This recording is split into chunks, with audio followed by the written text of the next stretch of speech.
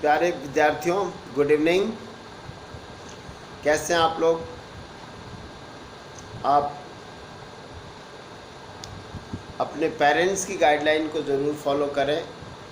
आपको बार बार कहा जाता है घर में ही रहें, ताज़ा खाना खाएं, बाहर जाएं तो मास्क ज़रूर यूज़ करें। ये अति आवश्यक है आपके लिए, आपके परिवार के लिए, समाज के लिए, देश के लिए, इस विश्व के लिए। और बड़ों की आज्ञा का पालन करें। जहाँ तक विद्यालय के प्रारंभ होने की बात है, निश्चित रूप से अभी कुछ नहीं कह सकते। छोटे बच्चों के लिए तो, जो 5वीं से नीचे के बच्चे हैं, उनके लिए तो इस साल मुश्किल है। मैं तो ये भी कहूँगा कि अगर सरकार ये कहती है कि भेजा जाए बच्चों को, तो भी छोटे बच्चों को विद्यालय भेजना जोखिम भरा।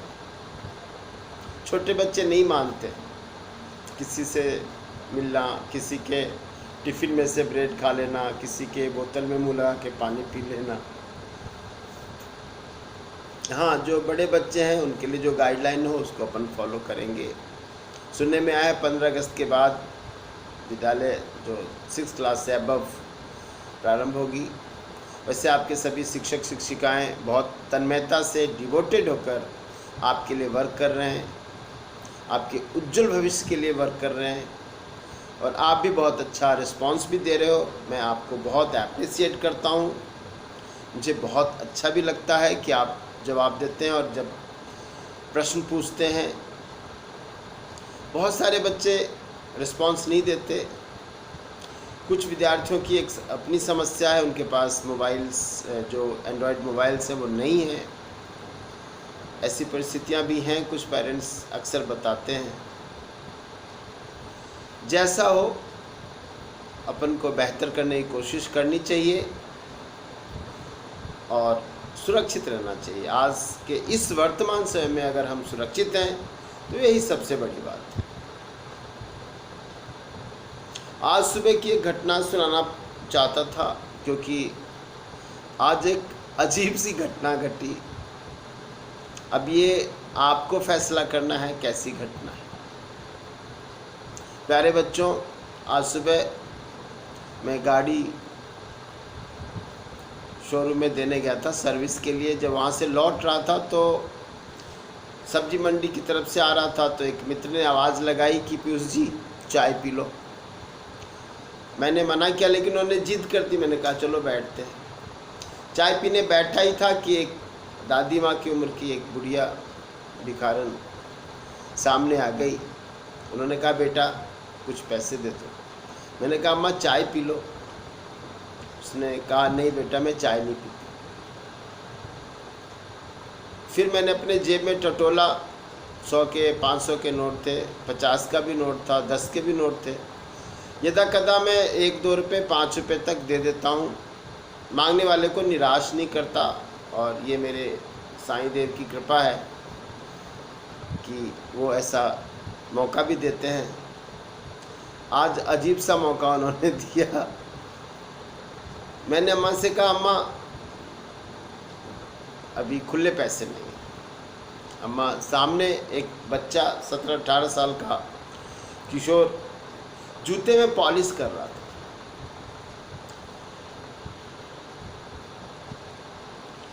और एक कस्टमर वहीं खड़ा था उसी की दुकान पे। दुकान क्या, वो नीचे सड़क के किनारे लगा के बैठ जाते हैं। तो वो जो भिखारन बुढ़िया थी वो उसके पास चली गई, बोली बेटा कुछ पैसे दे दो। उस बच्चे ने कहा रुक जाओ अम्मा अभी देता हूँ। मैं यही देख रहा था उसको पॉलिश करता हुआ। वो बहुत ही तीव्रता से अपने हाथ चला रहा था, अच्छी पॉलिश कर रहा था। पॉलिश करके कस्टमर ने उसको 10 का नोट दिया। उसने 10 का नोट उस बुढ़िया के हाथ पे रख दिया कि लो अम्मा। और वो ब्रश पटकते हैं ना, और पटक के पॉलिश पॉलिश चिल्लाने लग गया। मेरी अजीब सी स्थिति हो गई। मैंने कहा मैं 10 रुपये दे सकता था, 100 भी दे सकता था, लेकिन मैंने नहीं दिया। लेकिन वो उस बच्चे को, उस किशोर व सुशाइन को मैंने देखकर खुद को बड़ा ही तुच्छ समझना शुरू किया। मुझे लगा कि ये कितना बड़ा दिल है इस लड़के का, कितनी मेहनत करता है, और उस मेहनत की कमाई को उसने यूं एक बहुत बड़े दाता के रूप में दे दिया। बहुत कम उदाहरण होते हैं ऐसे। साईं ने एक बहुत बड़ा सबक दिया आज मुझे। वास्तव में मेरे आंखों में आंसू आए, सच्ची। प्यारे बच्चों, आप जानते हो मैं सामाजिक हूँ, हमेशा विद्यार्थियों के लिए या सबके लिए कुछ ना कुछ करता रहता हूँ। सभी बहुत प्यार भी करते हैं, इज्जत भी देते हैं। किन्हीं को कोई भी प्रॉब्लम होती है, खासकर इंग्लिश में, तो मेरे पास आते हैं। मैं उनकी पूरा समुचित एक्सप्लेनेशन संतुष्ट करके यहाँ से भेजता हूँ। आज मैंने खुद को बहुत ही तुच्छ महसूस किया। विद्यार्थियों के विकास के लिए मैंने कितनी फ्री कक्षाएं भी दी, और जो गरीब हैं उनको निःशुल्क भी पढ़ाया, बहुत सारे वर्क किए। लेकिन मुझे लगा कि उस लड़के के सामने मैं तो बहुत ही छोटा हूँ। आज बहुत सारे लोग समाज में हैं बच्चों, जो झूठी शान शौकत के लिए बड़ी बड़ी दावतें देते हैं, गरीबों की तरफ ध्यान नहीं देते। जो असहाय हैं, निर्बल हैं, उनकी तरफ कोई ध्यान नहीं देता। झूठी शान शौकत में लाखों रुपए खर्च कर देते हैं, दिखाने में खर्च कर देते हैं, बड़े बड़े अनुष्ठान करवाते हैं, लेकिन उनके मन में सच्ची मानवता, निस्वार्थ प्रेम नहीं होता। बहुत कम लोग ऐसे दिखते हैं। आज तो भाई भाई का ही हत्यारा हो जाता है, धन के लिए, जमीन के लिए,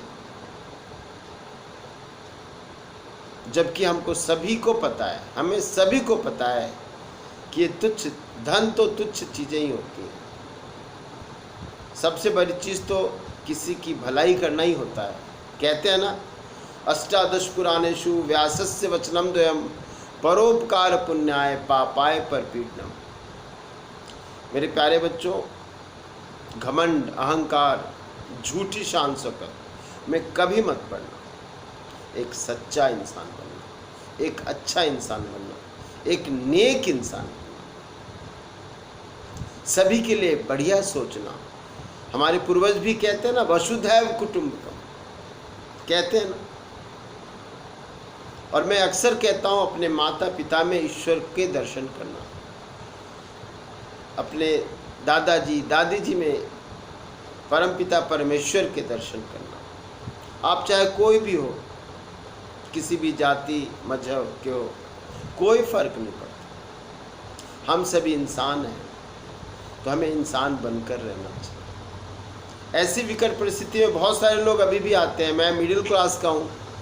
जहाँ तक बन पड़ता है, किसी की कोई नौकरी की बात होती है या किसी को थोड़े बहुत धन की, मैं तो खुद अभी परेशान हूँ। विद्यालय में आपको पता ही है, शिक्षकों को 50% सैलरी दे रहा हूँ, बच्चों से कोई धनराशि नहीं आ रही।